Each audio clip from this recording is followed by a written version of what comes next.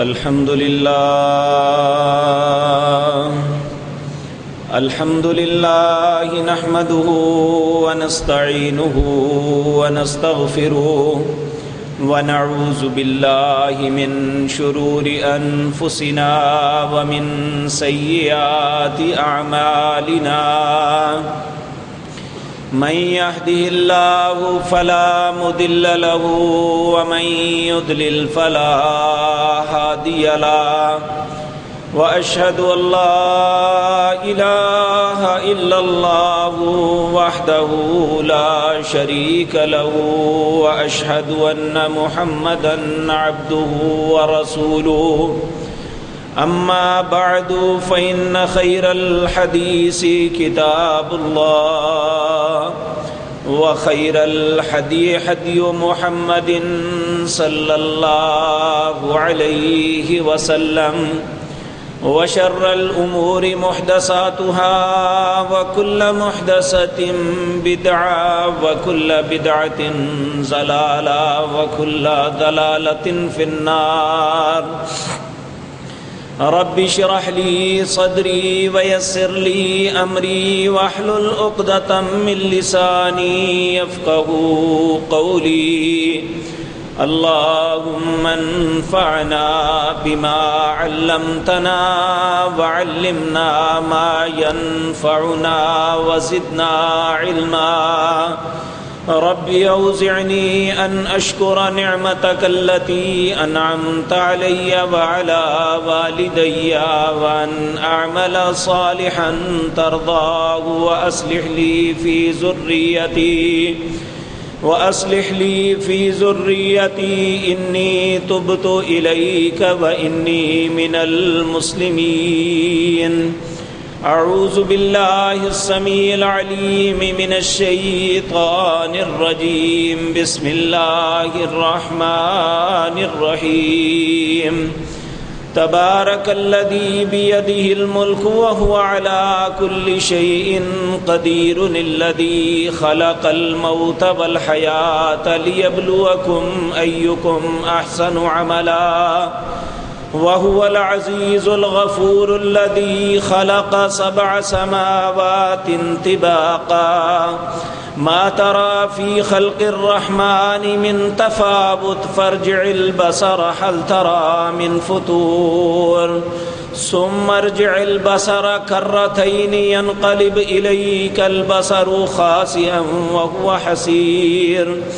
وَلَقَدْ زَيَّنَّا السَّمَاءَ الدُّنْيَا بِمَصَابِيحَ وَجَعَلْنَا رُجُومًا لِلشَّيَاطِينِ وَأَعْتَدْنَا لَهُمْ عَذَابَ السَّعِيرِ وَلِلَّذِينَ كَفَرُوا بِرَبِّهِمْ عَذَابُ جَهَنَّمَ وَبِئْسَ الْمَصِيرُ إِذَا أُلْقُوا فِيهَا سَمِعُوا لَهَا شَهِيقًا وَهِيَ تَفُورُ تكاد تميز من الغيظ كلما ألقي فيها فوج سألهم خزنتها ألم يأتكم نذير قالوا بلى قد جاءنا نذير فكذبنا وقلنا ما نزل الله من شيء إن أنتم إلا في ضلال كبير.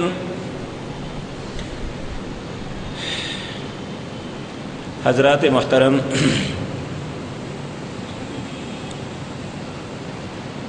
آج کی مجلس میں ایک بات پہ غور کرنا ہے. بحیثیت انسان جو اللہ نے ہمیں پیدا کیا اور دنیا میں ہمیں بھیجا، پہلی بات تو ہم یہ سوچیں گے کہ ہمیں کیوں بھیجا، ہمارا مقصد زندگی کیا ہے. دوسری بات ہمارا دائرہ کار کتنا ہے کہ ہم اپنی زندگی میں کیا کچھ کر سکتے ہیں اور کون سی چیز ہمارا دائرہ کار سے باہر ہے. یہ ہر انسان بات جانتا ہے کہ دنیا کا کوئی بھی انسان جب اپنے دائرے سے باہر نکلتا ہے تو پھر اسے نقصان کے علاوہ کچھ نہیں ملتا. جب تک وہ اپنے دائرہ کار کے اندر، اپنے اختیارات کے اندر جو اسے دیے گئے ہیں اس میں رہتا ہے تو وہ عزت بھی پاتا ہے اور اس کی زندگی بھی سکون کے ساتھ گزرتی ہے۔ جب وہ اپنے اختیارات سے باہر نکلتا ہے، جب وہ اپنے دائرہ کار اور ان حدود کو پھلانگ جاتا ہے، تو پھر یہ بات یاد رکھ لینی چاہیے کہ اس کے پھلانگتے ہی ہر مصیبت اس پہ ٹوٹ پڑتی ہے۔ آج ہم پہ بہت سی مصیبتوں کے اسباب جو ہم ان پہ غور کریں تو محسوس ہوتا ہے کہ ہم میں سے ہر انسان، چھوٹا ہے یا بڑا، پڑھا لکھا ہے یا ان پڑھ، عالم ہے یا جاہل، ہر انسان اپنے دائرے میں رہ کے خوش نہیں ہے، بلکہ ہر انسان اپنے دائرے سے پھلانگ کے باہر نکلنے کی کوشش کرتا ہے۔ یہی سبب ہے کہ ہم زندگی کے ہر معاملے میں پریشانیوں، مصیبتوں اور مختلف کرب میں مبتلا ہیں، لیکن ہم اپنے دائرہ کار کے اندر رہنے کے لیے تیار نہیں ہیں۔ میں نے آپ کے سامنے کچھ آیات پڑھی۔ یہ سورۃ ملک 29واں پارہ، اس کی پہلی آیات ہے۔ اس میں اللہ رب العزت انسان کو اس کا دائرہ کار اور اس کے مقصد زندگی بتلانے سے پہلے اپنی قوت کا اظہار کرتا ہے کہ جس نے تمہارا دائرہ کار بنایا، جس نے تمہیں مقصد زندگی دیا، وہ ہے کون؟ کتنی طاقت کا مالک ہے؟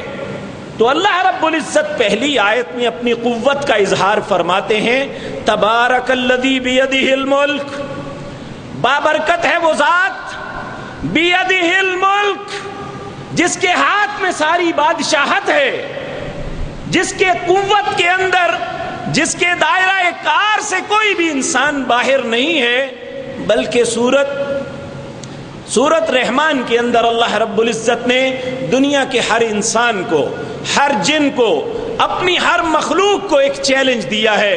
کہا یا معشر الجن والانس ان استطعتم ان تنفذوا من اقطار السماوات والارض فانفذوا لا تنفذون الا بسلطان۔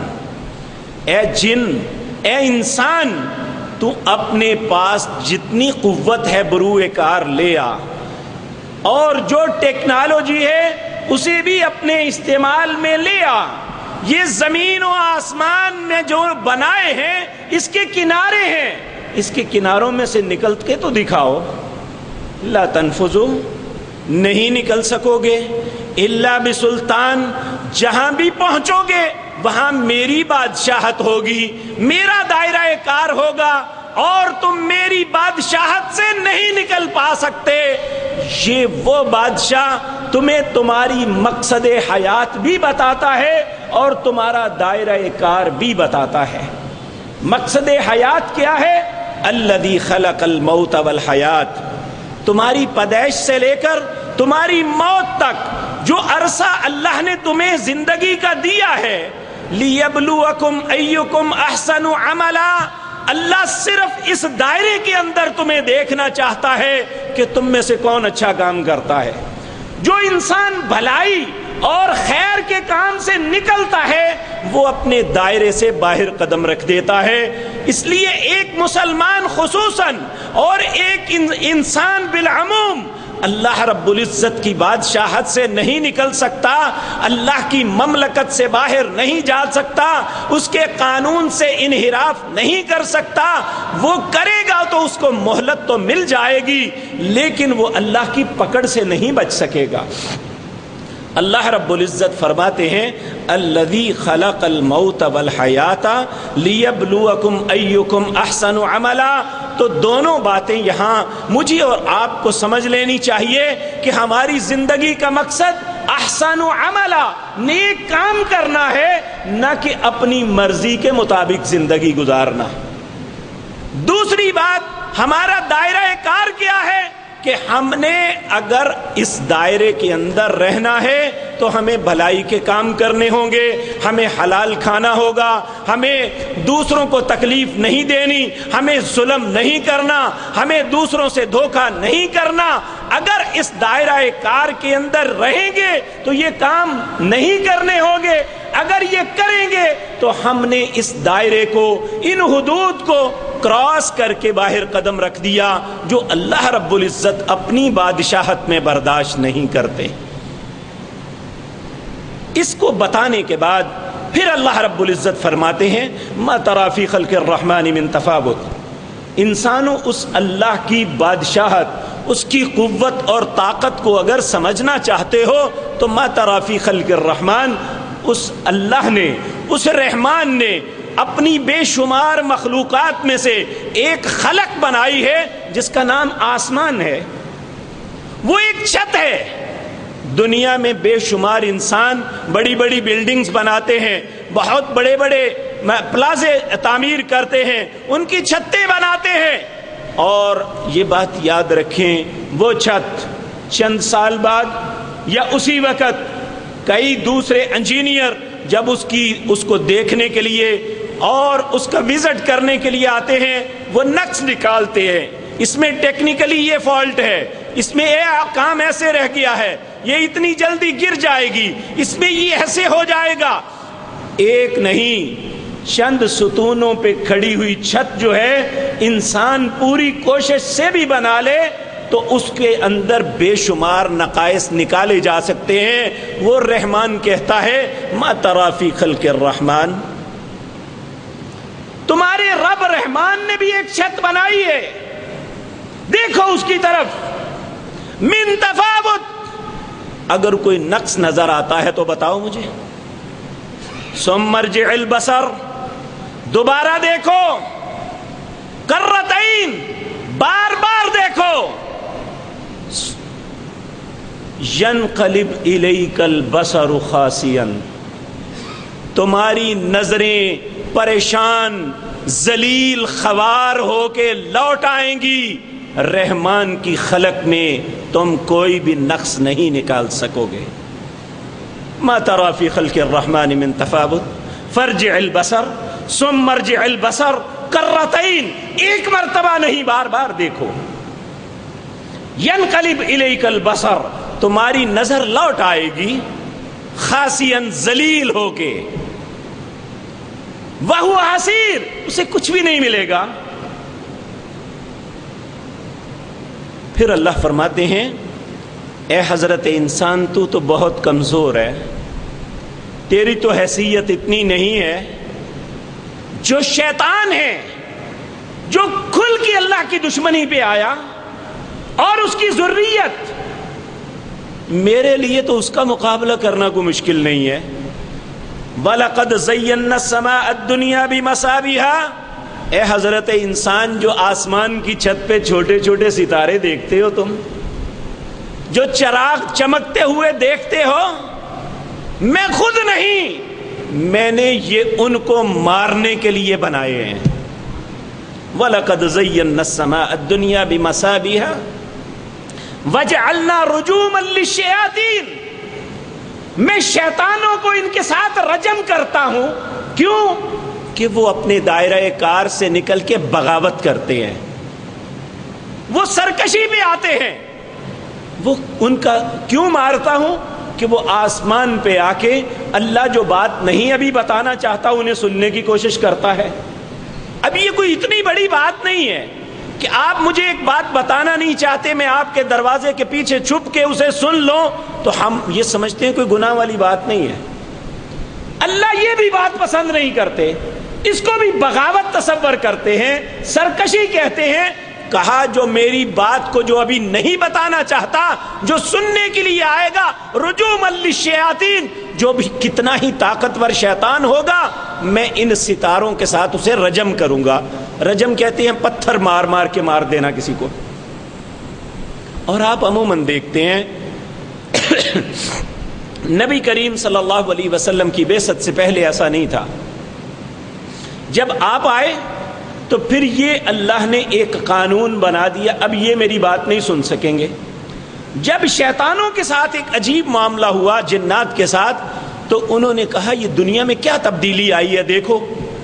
انہوں نے 6 گروہ بنائے کہ ایک مشرق کی جانب جائے، ایک مغرب کی جانب جائے، ایک شمال اور ایک جنوب، ایک آسمان کی جانب اور ایک زمین کی جانب، اور پورا زمین کا خطہ چھان مارو، دیکھو کہ دنیا کے اندر کیا تبدیلی آئی ہے، جس کی وجہ سے آج ہمارے ساتھ یہ ستارے پتھروں کا کام دے رہے ہیں، ہمیں مار رہے ہیں۔ سبب کیا بنا ہے؟ تو ان 6 گروہوں میں سے ایک گروہ جب طائف کی گھاٹیوں سے گزر کے آ رہا تھا تو رسول اللہ صلی اللہ علیہ وسلم طائف سے نکل کے واپس مکہ آ رہے تھے۔ جب طائف کے اندر آپ کو سخت اذیت پہنچائی گئی تو مکہ کے اندر اگر باب الصفا سے باہر نکلیں تو اس پہ روڈ آگے جا کے مسجد جن آتی ہے، اس جگہ پہ آپ بیٹھے تھے تو آپ پہ یہ آیت نازل ہوئی۔ اس وقت جنوں نے اس بات کو سن لیا۔ 29واں پارہ، قل اوحی الی انہ استمع نفر من الجن فقالوا انا سمعنا قرآنا عجبا یہدی الی الرشد۔ جنات نے سنا تو وہ کہنے لگے حقیقتاً یہ تبدیلی ہے کہ اللہ کی طرف سے ایک کتاب نازل ہو رہی ہے اور اس کے اندر ہدایت اور رہنمائی ہے اور ہدایت کا رستہ ہے، اور ہمارے لیے کیا ہے ہم اسے قبول نہ کریں۔ اب دیکھیں، تھوڑا سا غور کریں اس بات پہ، اگر سرکش جنات جنہوں نے اللہ کی قوت اور طاقت کو اپنی نظروں کے سامنے دیکھا وہ بے بس ہو گئے کہ اللہ رب العزت کے سامنے اکڑا نہیں جا سکتا، اس کی سرکشی اور بغاوت نہیں کی جا سکتی۔ وَمَا لِأَقُلُوا هِيَ إِلَيَّ أَنَّهُ اسْتَمَعَ نَفَرٌ مِّنَ الْجِنِّ فَقَالُوا إِنَّا سَمِعْنَا قُرْآنًا عَجَبًا يَهْدِي إِلَى الرُّشْدِ۔ اتنی عجیب بات ہم نے سنی ہے جو ہدایت کی طرف بلاتی ہے۔ فَآمَنَّا بِهِ، ہمیں چاہیے کہ ہم اس کو مان لیں۔ تو اے حضرت انسان، یہ ساری اللہ کی قوتیں، ساری قدرتیں ہماری آنکھوں کے سامنے ہیں، آسمان کی چھت ہمارے سامنے ہے، دن اور رات کا آنا جانا ہمارے سامنے ہے، درختوں پہ پھل اور پھول لگنا ہمارے سامنے ہے، اور ان کو ڈیولپ کرنے والی ذات ہمیں نہیں دیکھ پاتے۔ سارے درختوں کو پانی ایک رنگ کا لگتا ہے، اس پانی کا ذائقہ ایک ہے، جس مٹی میں پھل پلتے ہیں وہ مٹی کا رنگ ایک ہے۔ پھلوں کے ذائقوں میں مختلف رنگ، مختلف ذائقے، مختلف مٹھاس، مختلف جو ہے ان کی جو اللہ اکبر، ان کے اندر جو توانائی ہوتی ہے وہ گرم ہے، وہ ٹھنڈا ہے، وہ فلاں بیماری کے لیے ہے، وہ فلاں بیماری لگاتا ہے۔ یہ ساری چیزیں بھرنے والی کوئی تو ذات ہے۔ تو جو ذات اس نے سب کچھ ہمیں دیا ہے، بے شمار پھول اور پھلوں سے نوازا۔ آپ دیکھیں ہم جس خطے میں رہتے ہیں، جس موسم سے ہم گزر رہے ہیں، جتنے پھل اس وقت ہماری زمین اگل رہی ہے شاید پوری دنیا کے کسی خطے کے اندر نہ ہو۔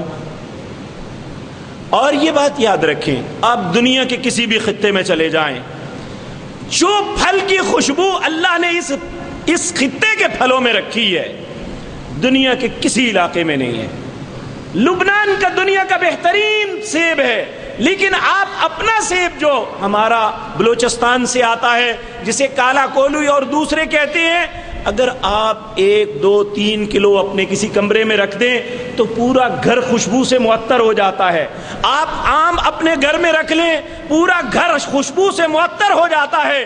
دنیا کے کسی اور ملک میں ایسا نہیں ہے۔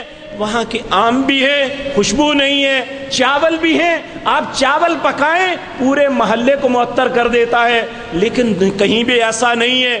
لیکن پھر بھی اللہ رب العزت نے یہ رنگا رنگ ساری چیزیں جو ایک رنگ کی مٹی سے پیدا کی ہیں، کیا اس نے ہر چیز کو ایک مقصد کے لیے پیدا کیا کہ وہ انسان کی خدمت کرے؟ تو انسان کو بے مقصد پیدا کیا ہے کہ جو مرضی کرے، جو اس کے من میں آئے وہ کرتا رہے۔ ایک بے جان پھل، ایک بے جان پھول، وہ انسانیت کی خدمت پہ مامور ہے۔ ہر قسم کا جانور انسان کی خدمت پہ مامور ہے۔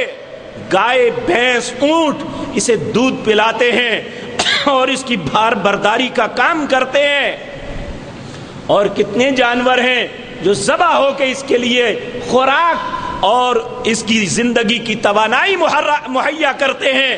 ساری دنیا کی ہر چیز اگر اس کا ایک مقصد ہے وہ اس مقصد کے لیے اپنی جان تک دے دیتی ہے، تو اے حضرت انسان جسے اللہ نے شعور سے نوازا ہے، تیری زندگی کا مقصد صرف ناچنا کودنا ہے؟ کیا تیرے لیے کوئی دائرہ کار نہیں ہے کہ جو تیرے من میں آتا ہے کرتا رہے، جو تیری خواہش کہتی ہے وہ کرتا رہے؟ اے حضرت انسان، کبھی میں نے اور آپ نے نہیں سوچا کہ وہ جانور تو اتنا خوف زدہ ہے کہ میرے مالک نے جو میری ڈیوٹی لگائی ہے میں نے اسے ہر صورت پورا کرنا ہے، حالانکہ وہ پوری کر بھی لے اس کو اس کا بدلہ نہیں ہے، اس نے مرنے کے بعد مٹی ہو جانا ہے۔ تو اے حضرت انسان، تو نے تو جو کچھ کیا ہے تجھے مرنے کے بعد بھی مٹی نہیں ہونا، بلکہ جو کچھ کیا ہے اس کا بدلہ ملنا ہے۔ اور اس کے لیے کسی مولوی کے فتوے لینے کی ضرورت نہیں ہے۔ وَإِنَّمَا تُوَفَّوْنَ أُجُورَكُمْ يَوْمَ الْقِيَامَةِ، جو کچھ کیا ہے دنیا کی زندگی میں، جو کچھ بویا ہے، اللہ اس کا بدلہ دے گا۔ میں اپنے دل سے پوچھ سکتا ہوں، آپ اپنے آپ سے سوال کر سکتے ہیں کہ ہم اپنی زندگی میں کیا بو رہے ہیں اور اس کا بدلہ کیا ہو سکتا ہے؟ میرے بھائیو، خصوصاً جو مسلمان ہیں ان کے لیے تو زندگی نام ہی سنجیدگی کا ہے، لیکن بدقسمتی یہ کہ ہم مسلمان اپنی زندگی کے معاملے میں جتنے غیر سنجیدہ ہیں کوئی بھی نہیں ہے۔ نہ ہم دنیا کے معاملات میں سنجیدہ ہیں اور نہ آخرت کے معاملات میں سنجیدہ ہیں، بلکہ ہم ایک جس طرح ایک متانا، ایک بدکا ہوا جانور، اس کے لیے کوئی رستہ متعین نہیں ہوتا، اس کے لیے کوئی بات نہیں ہوتی، وہ جدھر منہ اٹھائے بھاگ کھڑا ہوتا ہے، جس کو چاہتا ہے وہ کاٹ لیتا ہے، جس کو چاہتا ہے ٹانگ مار دیتا ہے، جس کو چاہتا ہے نیچے دے دیتا ہے، جس کو چاہتا ہے زخمی کر دیتا ہے، اسے کوئی عقل نہیں ہوتی۔ تو اے حضرت انسان، میرے اور اس جانور کے درمیان کیا فرق رہ جاتا ہے جب اسے بھی زندگی میں یہ احساس نہیں اور میں بھی وہی طرز عمل کروں، تو میرے اور اس گدھے میں کیا فرق رہ جائے گا؟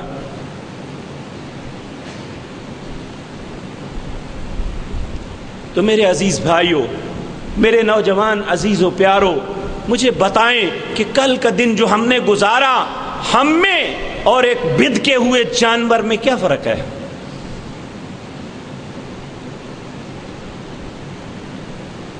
کیا یہ جو کچھ ہم کر رہے ہیں کیا ہماری زندگی کے دائرہ کار میں ہے؟ اگر ہمارے لیے رسول اللہ صلی اللہ علیہ وسلم کی زندگی اسوہ ہے، اگر آپ ہمارے پیغمبر ہیں، اگر اللہ ہمارا رب ہے، کتاب ہمارے لیے کتاب ہدایت ہے، تو پھر یاد رکھیں قرآن ہمیں اپنے دائرے سے نہیں نکلنے دیتا، ہم اپنے دائرے میں داخل ہونے کے لیے تیار نہیں ہیں۔ تو یہ کلیش کیسے ختم ہوگا؟ جبکہ اللہ رب العزت ان آیات کے آگے بڑی سخت دھمکی دے رہے ہیں۔ اللہ فرماتے ہیں تقاد تمیز من الغیظ کلما القی فیہا فوج سألہم خزنتها الم یاتکم نذیر قالوا بلا قد جاءنا نذیر فکذبنا وقلنا ما نزل اللہ من شیء ان انتم الا فی ضلال کبیر۔ تقاد تمیز من الغیظ، اس دن جہنم اس طرح پھنکارے گی، اس طرح دھاڑے گی کہ وہ اپنے غصے میں پھٹ جائے گی۔ کلما القی فیہا فوج سألہم، جب بھی کسی گروہ کو، کسی فوج کو، کسی لشکر کو، کسی قوم کو گھیر کے جہنم کے دروازے پہ لایا جائے گا، خزنتها، اور جہنم کا دروغہ ان سے ایک سوال کرے گا، الم یاتکم نذیر، کیا تمہارے پاس کوئی ڈرانے والا نہیں آیا تھا؟ قالو، سب انسان بے بسی سے اس وقت جواب دیں گے، بلا، کیوں نہیں، قد جاءنا نذیر، ڈرانے والا تو آیا تھا، لیکن ہم نے کیا کردار ادا کیا؟ فکذبنا، ہم نے ان کی ہر بات کو جھٹلا دیا. وَقُلْنَا اور کہا مَا نَزَّلَ اللَّهُ مِن شَيْءٍ, یہ مولوی صرف اپنا مفاد حاصل کرتے ہیں, اللہ نے ان پہ کچھ بھی نازل نہیں کیا. مَا نَزَّلَ اللَّهُ مِن شَيْءٍ, ہم نے کہا تم پہ کچھ بھی نازل نہیں ہوا, تم بکواس کرتے ہو, تم ہماری خوشیوں پہ خوش نہیں ہو, ہمیں روکنا چاہتے ہو. ان انتم الا فی ضلال کبیر, اب ہمیں پتا چلا ہے کہ ہم بہت بڑی گمراہی میں تھے, لیکن اس وقت فائدہ نہیں ہوگا. آپ دیکھیں من حیث القوم ہم کہاں کھڑے ہیں. رات کو ایک بھائی نے بات بتائی, ممکن ہے آپ تک بھی یہ پہنچی ہو. یہ اس پل کے اوپر سے ایک بوتلوں کا ٹرک آ رہا تھا. ایک شخص اوپر چڑھا, اس نے ایک بوتل نکالی, اپنے دوست کے پاس پھینکی, دوسرا اس نے خود لے کے نیچے اتر آیا. 10 یا 15 منٹ کے بعد پوری کی پورا وہ ٹرک جو ہے لوگوں نے لوٹ لیا. کیا گناہ کیا تھا اس نے؟ مسلمان تو ایک لقمہ حرام کھانے کے لیے اپنی جان تک داؤ لگا دیتا تھا کہ میں حرام نہیں کھاؤں گا. تو یہ آزادی کے متوالوں نے کیا کیا؟ کیا قصور کیا تھا اس نے؟ یہاں تو نہ سیاسی مخاصمت تھی, نہ مذہبی منافرت تھی, نہ ایک دوسرے کی مخالفت تھی. وہ ہم جیسا ایک پاکستانی بھائی تھا جو اپنے کاروبار سے منسلک تھا, اس کا 10 منٹ کے اندر 10-15 لاکھ روپے کا نقصان کر کے اس کے پوری کی پوری راس کو تباہ کر کے ہم نے اللہ کی عدالت میں کیا نام لکھوایا اپنا.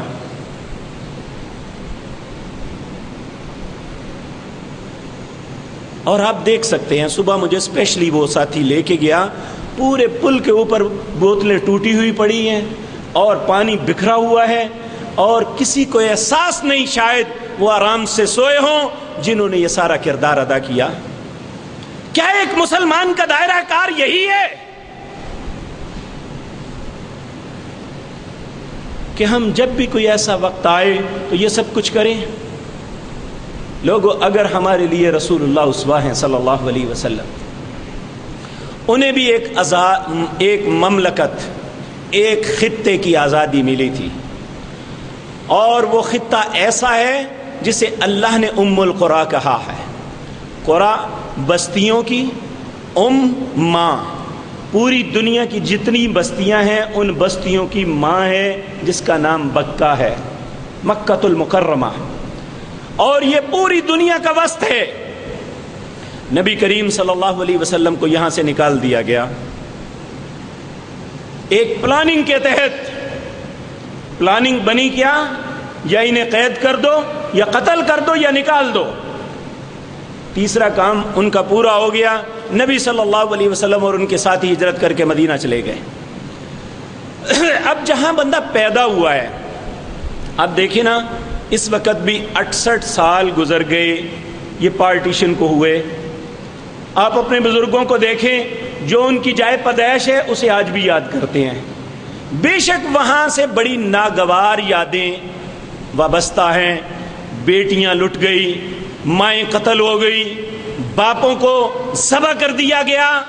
اس کے باوجود جہاں انسان پیدا ہوتا ہے وہاں اس جگہ سے, اس خطے سے فطرتی طور پہ محبت ہوتی ہے.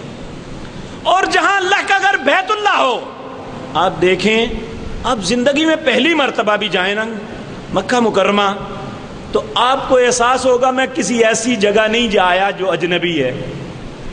آپ کہیں بھی چلے جائیں آپ کو نئی جگہ اجنبی لگے گی, لیکن اللہ کا گھر بیت اللہ ایک ایسی جگہ ہے, آپ کبھی بھی جائیں آپ کو کبھی بھی ایسا نہیں لگے گا کہ یہ جگہ اجنبی ہے. ایسے لگے گا جیسے میں یہاں کبھی نہ کبھی رہا ہوں یا دیکھی ہوئی ہے, اور آپ کا دل کہیں اچاٹ بھی نہیں ہوگا. جب آپ وہاں سے واپس پلٹیں گے تو آپ کی آنکھوں میں آنسو ہوں گے اور آپ کا دل دھڑک رہا ہوگا. آپ کو ایسے لگے گا جیسے میں ایک بیٹے سے بچھڑ رہا ہوں اور اسے اپنے ہاتھوں سے اپنے سے الگ کر رہا ہوں. شاید بیٹے کے بچھڑنے پہ دل اتنا نہ روئے جتنا بیت اللہ سے جدا ہوتے ہوئے انسان کا دل روتا ہے. اور نبی کریم صلی اللہ علیہ وسلم کی کیفیت بھی یہ تھی, کہ آپ جس طرح کسی چیز کو بہت زیادہ ذہن میں ہو تو اس کی خوابیں بھی آتی ہیں. کوئی دوست ہو، باپ ہو، ماں ہو، بہن ہو، اور اس کی بڑی محبت ہو اس کے ساتھ، تو انسان کو اس کی اکثر خوابیں آتی ہیں. نبی کریم صلی اللہ علیہ وسلم کو بھی مکہ مکرمہ کی خوابیں آیا کرتی تھی. تو اللہ رب العزت نے ایک دن آپ کو خوشخبری سنائی. لقد صدق اللہ الرسول الرؤیا بالحق لتدخلن المسجد الحرام ان شاء اللہ آمنین محلقین رؤوسکم ومقصرین لا تخافون. اللہ نے تمہاری خوابوں کو سچ کر دکھایا، اور وہ دن جلدی آئے گا جب تم اللہ کے گھر میں، بیت اللہ میں بڑے امن کے ساتھ داخل ہوگے، عمرہ کرو گے یا بال کٹواؤ گے یا ٹنڈ کرواؤ گے. آپ کے لیے انتہائی خوشی تھی. ہجرت کے 8ویں سال اللہ نے مکہ کو فتح کروا دیا، اور بغیر کسی خون بہائے ہم نے 3 لاکھ ماؤں بہنوں بیٹوں کی قربانی دے کے یہ ملک لیا ہے. اور نبی کریم صلی اللہ علیہ وسلم کو اللہ نے مکہ جب دیا تھا تو ایک بھی خون نہیں بہا تھا، اور آپ پورے وقار کے ساتھ 10,000 انسانوں کا لشکر تھا آپ کے ساتھ، اور آپ مکے میں داخل ہو رہے ہیں ایک فاتح بادشاہ کی حیثیت سے، ایک فاتح عظیم لیڈر کی حیثیت سے. اور آپ کا داخل ہونا، مکے پہ قبضہ کرنا اور وہاں آزادی کی خوشی منانا، اس کا طرز عمل کیا تھا؟ آپ سیرت کی کتابیں اٹھا کے دیکھیں، آپ احادیث کو اٹھا کے دیکھیں کہ فتح مکہ ہوتا ہے، مکے میں سارا اسلامی افواج جو ہیں یہ وہاں پہ قبضہ کر لیتی ہیں، اور نبی کریم صلی اللہ علیہ وسلم کو دعوت دی جاتی ہے کہ آپ بھی تشریف لائیں. آپ سرخ پگڑی پہنے ہوئے ہیں، بعض احادیث میں کالی پگڑی پہنے ہوئے ہیں، خوبصورت لباس پہنا، اونٹ پہ بیٹھے ہوئے ہیں، مکے میں داخل ہو رہے ہیں جہاں سے آپ کو رات کے اندھیرے میں نکالا گیا. آپ اپنی جان کو بچا کے بھاگے تھے. اب وہ مملکت ایک فاتح کی حیثیت سے، فاتح حکمران کی حیثیت میں آپ اندر داخل ہو رہے ہیں، اور آپ کے آگے پیچھے آپ کے شاہ سوار ہیں، گھوڑوں پہ سوار ہیں. وہ گھوڑوں کی اگلی ٹانگیں اٹھوا سکتے تھے، وہ تلواروں کی جھنکار لگا سکتے تھے، وہ دفیں عورتوں سے بجوا سکتے تھے، وہ ڈول کی تھاپ پہ ناچ سکتے تھے، لیکن مسلمانوں تمہارے پیغمبر نے یہ نہیں کیا تھا. اللہ نے یہ مسلمانوں پہ حرام کیا ہے. اللہ نے اپنے پیغمبر کو کہا داخل ہو جاؤ، اور داخل ہو رہے ہیں. آپ کی پیشانی جھکتی جا رہی ہے، آپ کی داڑھی اونٹ کے کجاوے کے ساتھ ٹکراتی ہے، آنکھوں میں آنسو ہے، اور اللہ کا شکر ادا کرتے کہتے ہیں لا الہ الا اللہ وحدہ لا شریک لہ لہ الملک ولہ الحمد وہو علی کل شیء قدیر. لا الہ الا اللہ وحدہ انجز وعدہ ونصر عبدہ وہزم الاحزاب وحدہ. اے اللہ تو میرا الہ ہے، تیری ذات کے علاوہ میرا کوئی الہ نہیں. وحدہ تو اکیلا ہے، لا شریک لہ تیرا کوئی شریک نہیں، لہ الملک یہ تیری بادشاہت ہے، میری نہیں ہے. وَلَهُ الْحَمْدُ تعریف بھی صرف تیری ہے. وَهُوَ عَلَى كُلِّ شَيْءٍ قَدِيرٌ اے اللہ تو ہر چیز پہ قادر ہے. لا الہ الا اللہ وحدہ اے اللہ تو اکیلا ہے، تیرا کوئی شریک نہیں، تو میرا الہ ہے. انجز وعدہ تو نے اپنے وعدے کو پورا کر دیا. وَنَصَرَ عَبْدَهُ اپنے بندے کی تو نے مدد کی. وَحَزَمَ الْأَحْزَابَ وَحْدَهُ سارے لشکروں کو میرے اللہ تو نے شکست دی ہے. اے اللہ میں تیرے حضور سجدہ کرتا ہوں. اور سب سے پہلے جا کے کیا کیا؟ بیت اللہ کو بتوں سے پاک کیا، پھر اللہ کے گھر کا طواف کیا، اللہ کے حضور سجدہ ریز ہو گئے، آ کے اپنی پیشانی کو اللہ کے قدموں میں رکھ دیا. مسلمانوں یہ انداز مسلمانی ہے. آزادی کی فتح پہ، آزادی کے شکرانے پہ، آزادی اللہ رب العزت جو انسان کو دیتا ہے، اس نعمت کے شکرانے کے لیے اللہ کے نبی نے طواف کیا تھا، اور اس کے سامنے نفل پڑھ کے اظہار تشکر کے لیے سجدہ کیا تھا. انہوں نے وہ بھی گھوڑے بگا سکتے تھے، مکے کی گلیوں میں ان کے بچوں کو اپنے قدموں سموں کے نیچے کچل سکتے تھے. آپ ذرا ہسپتال جا کے دیکھیں کیفیت کو. کتنے لوگ ہیں جو اپنی معصومیت سے اپنے ہاتھ اور پاؤں توڑوا چکے ہیں. کتنی لاشیں ہیں جن کے ساتھ لپٹ کے مائیں رو رہی ہیں. کیا یہ انداز مسلمانی ہے؟ اور میرے عزیز بھائیوں، پوری دنیا کے کفار، پوری دنیا کے منافق اللہ کے نبی کی مخالفت میں ہیں. میں اللہ کا واسطہ دے کے آپ سے عرض کرتا ہوں، کیا اللہ کے نبی جیسے جری انسان اگر وہ عورتوں اور بیٹیوں کو حکم دیتے تو ایک بھی ماں آپ ایسی نہ دیکھتے جو پیچھے رہتی؟ کیا آپ نے اپنے اور اپنی فوج کو آڑ بنانے کے لیے کیا اور عورتوں کو اپنے ساتھ رکھا تھا؟ یہ کون سا دین ہے؟ یہ کون سی ثواب کی باتیں ہیں جو ہم لوگوں کو دے رہے ہیں؟ کیا ہم نے قسم اٹھا لی ہے؟ کتنی بے شرمی کی بات ہے کہ لوگوں کو لیلۃ القدر کی بشارتیں دینی اور ہمارے ماتھے پہ پسینہ بھی نہ آئے کہ اللہ پہ جھوٹ باندھ رہے ہیں. انما یفتر الکذب الذین لا یؤمنون باللہ. جو اللہ پہ جھوٹ باندھتا ہے وہ اللہ پہ ایمان رکھنے والا نہیں. جو اللہ پہ ایمان نہیں رکھتا وہ دنیا کو اسلام کے انقلاب سے کیسے ہمکنار کر سکتا ہے؟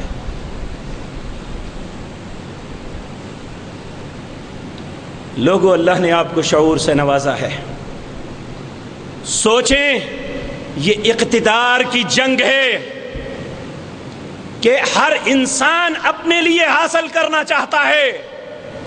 اور یاد رکھیں، اس اقتدار کی جنگ میں شہادتیں بانٹنے والوں، شہادت تو صرف اسے ملتی ہے جو اللہ کے کلمے کو بلند کرنے کے لیے مرتا ہے، جو اپنے وطن کی عزت کے لیے مرتا ہے، جو اپنے فرقے کی عزت کے لیے مرتا ہے. وہ شہید نہیں ہے. وہ مقتول تو ہو سکتا ہے، وہ شہید نہیں ہو سکتا.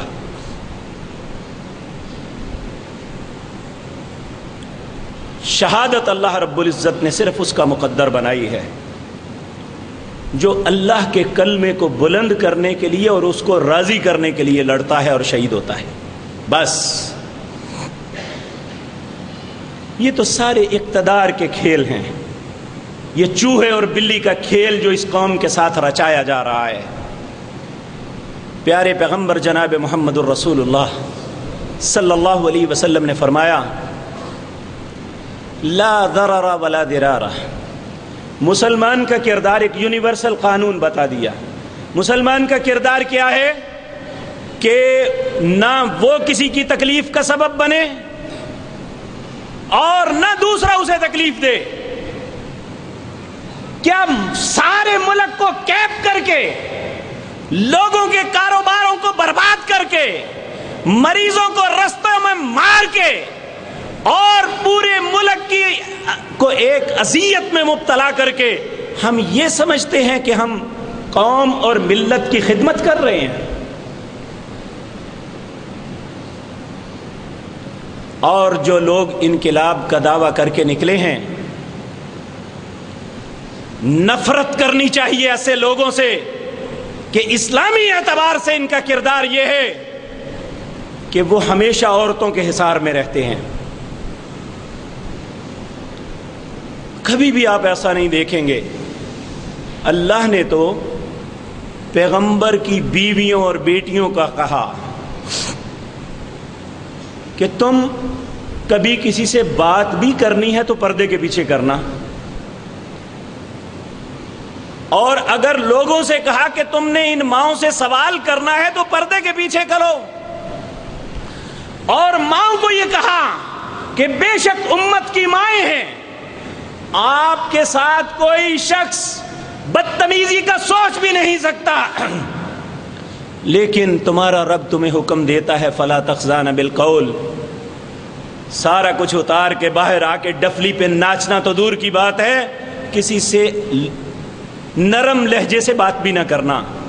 فَيَطْمَعَ الَّذِي فِي قَلْبِهِ مَرَضٌ وَقُلْنَا قَوْلًا مَّعْرُوفًا، کہیں ایسا نہ ہو کوئی بیمار دل یہ سوچ لے کہ میری طرف مائل ہے۔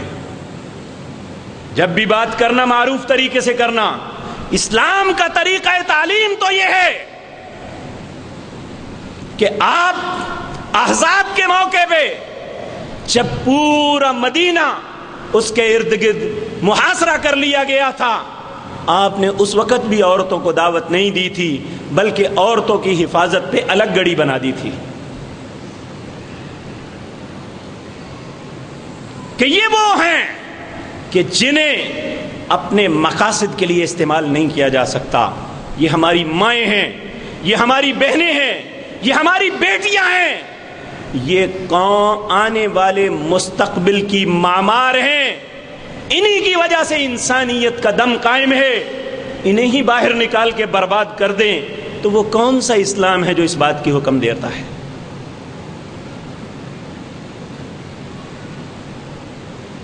اس لیے مسلمان ہوش کرو، ان سیاست دانوں اور مذہبی پنڈتوں سے ہمیں اسلام کی توقع تو نہیں ہے، لیکن کم از کم آپ اس وقت یہ سوچیں کہ ملک کے حق میں کون شخص بہتر سوچ رکھتا ہے۔ میں کسی پارٹی کا حامی نہیں ہوں، لیکن اللہ نے آپ کو شعور دیا ہے۔ آپ یہ ضرور دیکھیں کہ اس ملک کے لیے جو ہمارا ایک گھر ہے، اگر گھر نہ رہے، چھت نہ رہے تو انسان ننگا ہو جاتا ہے۔ یہ قائم ہے تو ہمارے سر پہ چھت ہے، ہمارے گرد ایک حصار ہے۔ اگر یہ نہ رہا تو ہماری حیثیت کیا ہوگی؟ اگر سمجھ نہ آئے تو کشمیر کے کسی مسلمان سے پوچھ لو، گجرات کے کسی مسلمان سے اس کا تصور پوچھ لو، اور جن سکھوں کو مواحد کہتے ہیں ہمارے یہ لیڈر، آج سے 5 دن پہلے کی وہ ویڈیو کلپ فیس بک پہ دیکھ لو کہ سکھوں نے تلواروں کے ساتھ ایک مسلمان کو کس طرح شہید کیا۔ آج بھی تو ہم پہ یہ اللہ نے فضل فرمایا کہ ہمیں کسی کفر کا کوئی خوف نہیں ہے۔ ہم اگر خوف زدہ ہیں تو اپنے بھائی سے،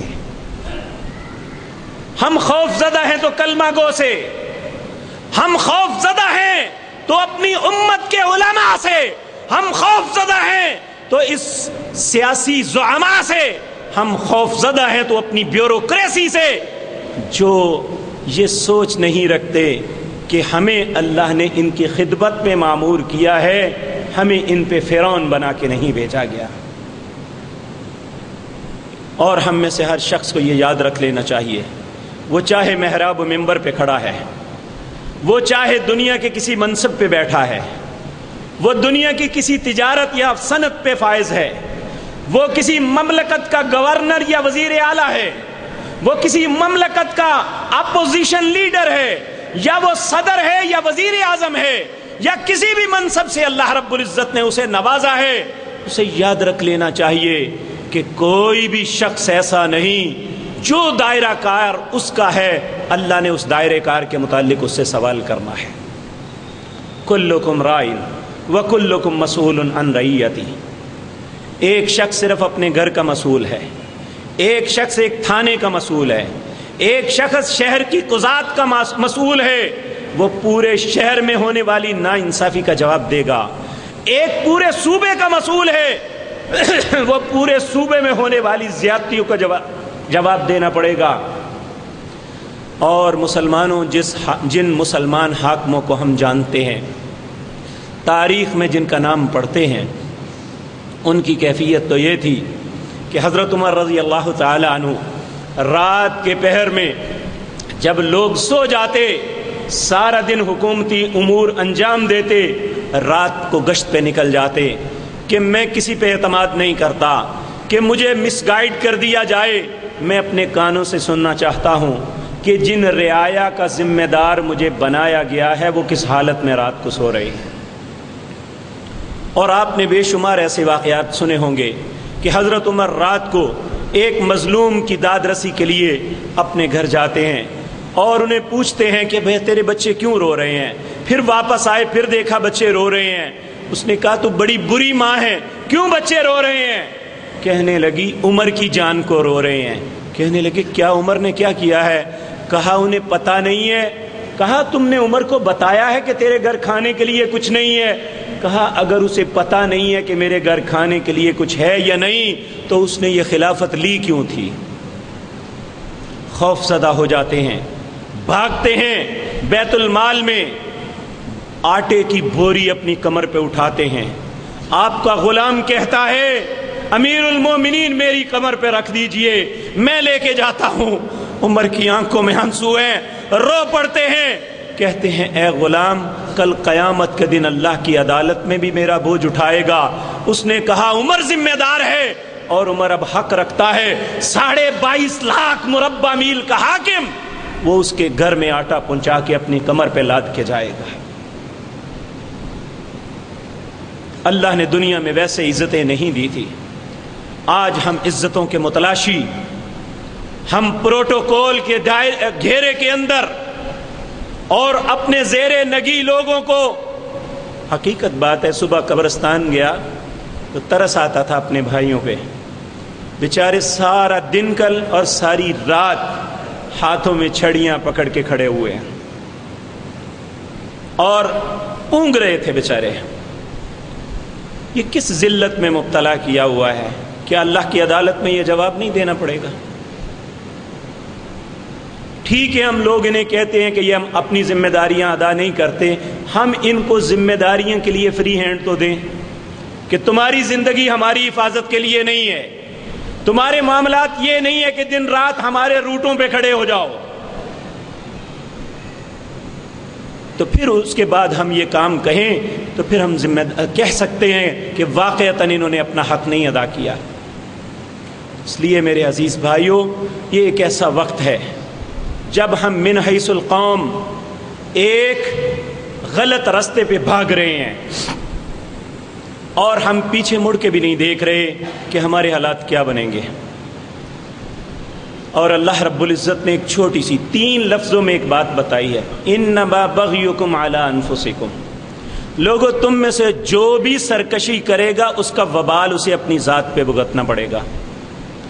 اور ہماری سرکشی اور بغاوت ہے کہ قوم کے بدترین لوگ ہمیں پھاڑ رہے ہیں، ہمیں الگ الگ کر رہے ہیں، ہمارے ملک کی بربادی کے لیے نکل کھڑے ہوئے ہیں۔ ایسے حالات میں ایک ہی رستہ ہے، تاریخ انسانی میں ایک واقعہ ایسا ملتا ہے، قوموں کی اجتماعی غلطی کے بعد جب اللہ عذاب دینے کا فیصلہ کر لیتا ہے، پھر صرف ایک قوم بچی تھی، وہ قوم یونس تھی۔ جب یونس علیہ السلام کہہ کے باہر نکل گئے کہ تم پہ اب اللہ کا عذاب آ جائے گا، تو ساری قوم باہر نکل کھڑی ہوئی تھی، اپنے کپڑے گریبان پھاڑ دیے، اپنے سروں پہ مٹی ڈال دی اور اللہ کے سامنے معافی مانگی۔ اور اللہ قرآن میں کہتا ہے کہ دنیا میں اگر میرے غضب سے کوئی قوم بچی تھی تو وہ قوم یونس تھی، اور اس کے بچنے کا سبب کیا تھا کہ انہوں نے اجتماعی طور پہ اللہ سے معافی مانگ لی تھی۔ اللہ ہمیں بھی احساس پیدا فرما دے، ہم بھی اپنے رب سے اجتماعی معافی مانگ لیں، جس ہلاکت کی طرف ہم بھاگ رہے ہیں اللہ ہمیں اس سے بچا لے۔ اقول قولی ھذا واستغفر اللہ لی ولکم۔